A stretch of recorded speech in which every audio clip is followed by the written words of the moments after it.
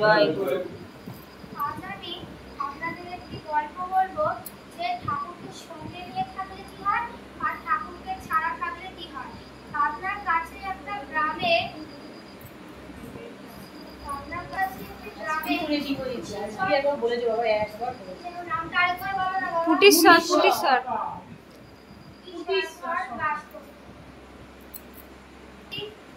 ইছামতি নদীর ধারে গ্রামটি ছিল।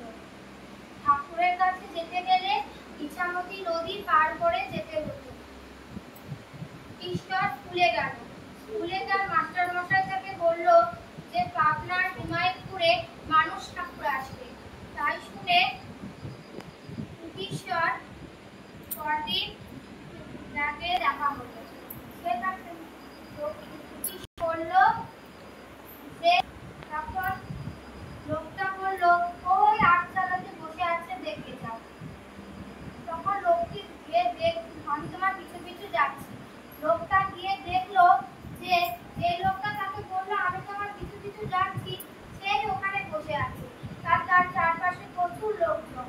তখন সে ভাবলো এই লোকটাই তো আমাকে বললো যে আমি তোমার পিছু পিছু যাচ্ছি, তাহলে এই আবার এখানে বসে আছে। তার ঠাকুরের কাছে সে 10-12 বছর সেখানেই খেতে গেল। ঠাকুর ঠিক করলে এবার দেওঘরে যাবে। ঠাকুর দেওঘরে যাওয়ার পথে রওনা দিলেন।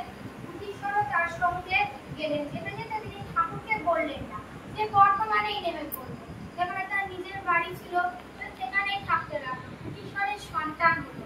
প্রথম সন্তানটা মারা গেল, তখন তার একটা মেয়ে হলো কুটিশ্বরের। তখন কুটিশ্বরের ঠাকুরের কথা মনে পড়লো। সে যখন ঠাকুরের কাছে তার মেয়েকে নিয়ে এবং স্ত্রীকে নিয়ে সে ঠাকুরের কাছে বললো এবং ঠাকুরের পায়ে ধরে ক্ষমা চাইলো। ঠাকুর আমার অন্যায় হয়ে গেছে, আমি তোমাকে না বলেই বর্তমানে নেমে পড়েছিলাম, তুমি আমায় ক্ষমা করো। তখন ঠাকুর শুধু এই কথাটুকুই বললেন আমি সব জানি এবং ঠাকুর তাকে দেওঘরে আনন্দবাজারের কাছে যুক্ত করলেন। এই হচ্ছে আমাদের ঠাকুর। আপনারা সবাই ভালো থাকবেন, ঠাকুরকে মাথায় নিয়ে চলবেন এবং ঠাকুরকে বলবেন ঠাকুর আমি তোমাকে খুব ভালোবাসি, তুমি সবসময় আমার সাথে সাথে।